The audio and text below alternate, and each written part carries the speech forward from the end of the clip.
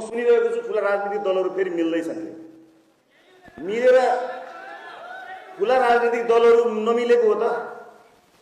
जुन संसदबाट मलाई जबरजस्ती बाहिर निकालियो 2 घण्टामा सूचना टाँसेर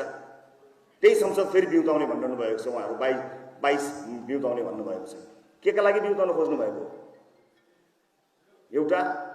जेलमा परेका आमा बुवाका बालबालिकालाई वर्षौंदेखि पालन पोषण गर्न आउनुभएकी इन्दिरा राणा जस्तो समाजसेवीलाई मानव तस्करको आरोप लगाउने पाप गर्नका लागि फेरि बिउताउन खोज्नु भएको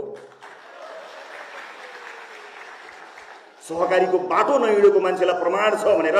जबरजस्ती मुद्दामाथि मुद्दा कोचेर जबरजस्ती संसदबाट बाहिर निकाल्ने संसद फेरि स्थापना गर्न खोज्नु भएको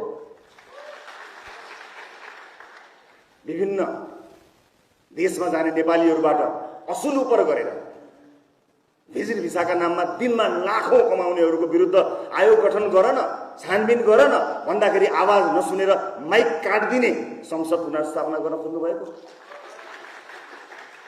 संसद त आउँछ तर फ्रेश म्यान्डेट लिएर आउँछ